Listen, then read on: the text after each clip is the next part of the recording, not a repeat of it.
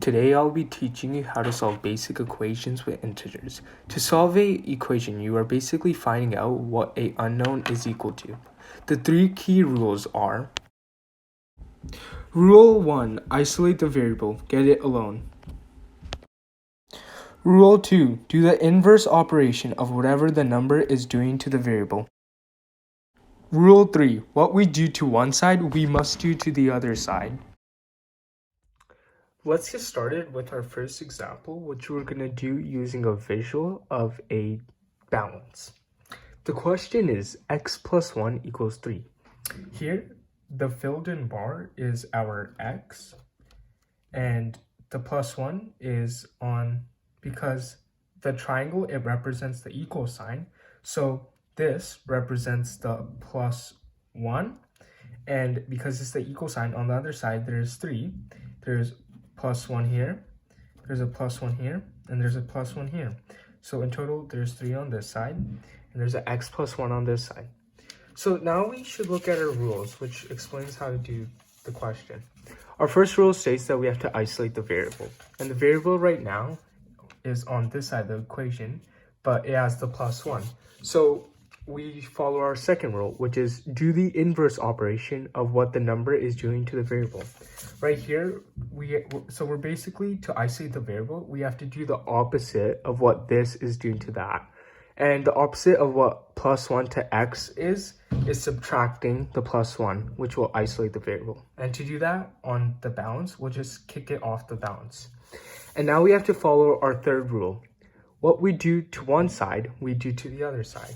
And because we kicked off 1 from this side of the balance, we have to kick off 1 from this side of the balance.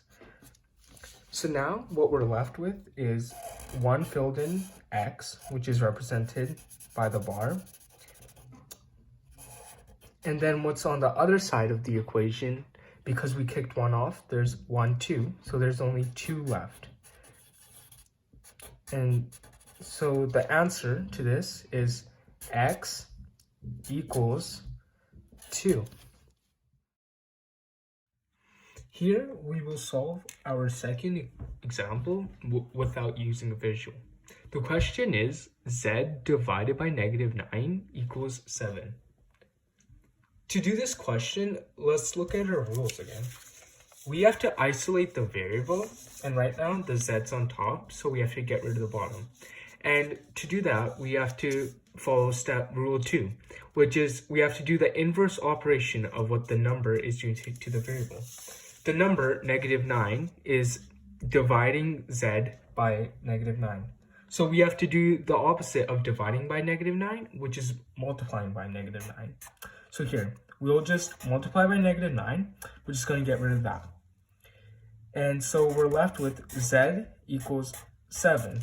But we also have to follow rule 3, which is what we do to one side, we do to the other side.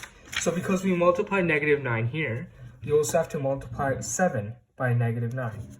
So we also multiply 7 by -9. 7 times 9 is equal to 63. But because it's -9, it's -63. So z equals -63. Now we're going to move on to two-step equations, which just require an extra step in between the question.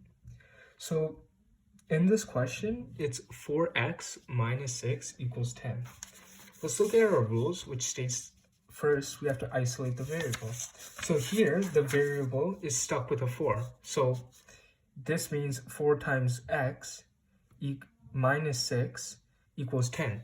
So, and our second rule states that we have to do the inverse operation of whatever the number is doing to the variable.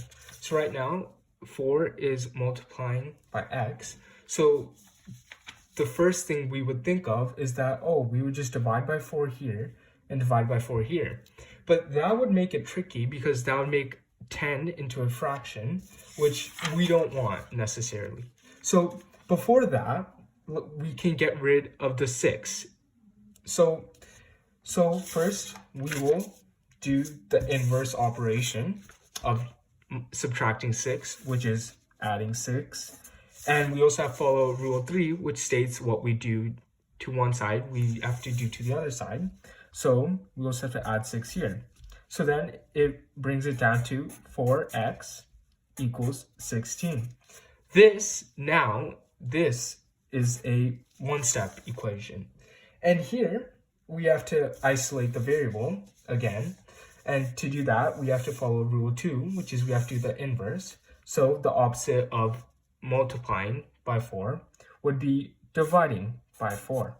And we also have to follow rule 3, which states what we do to one side, we must do to the other. So 16 divided by 4 is, and then the 4 gets rid of here.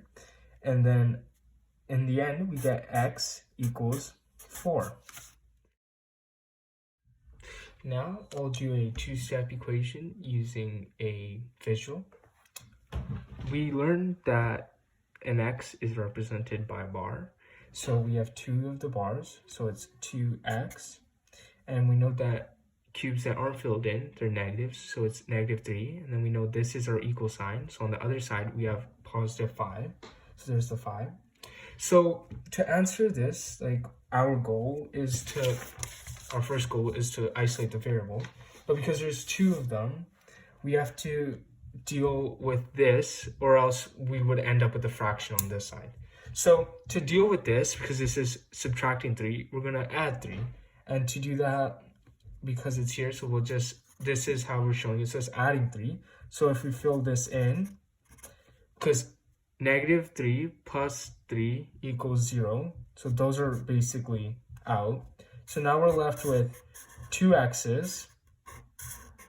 And we also have to follow our third rule of what we do to one side, we do to the other side. So because we added 3 on this side, we have to add 3 on this side.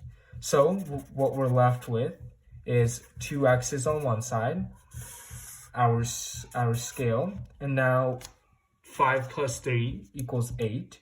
So there's 8 positives on this side. And we have to fill them in because they're all positive. Now we can do the second step, which is we are going to isolate the variable.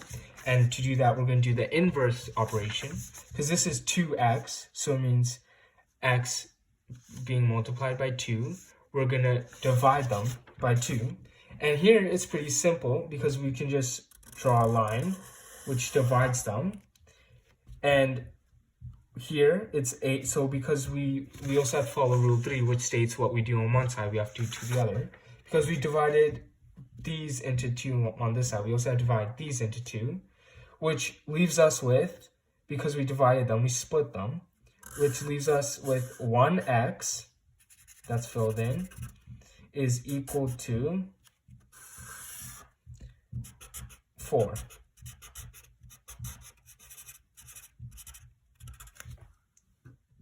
And that's how you solve basic equations with integers.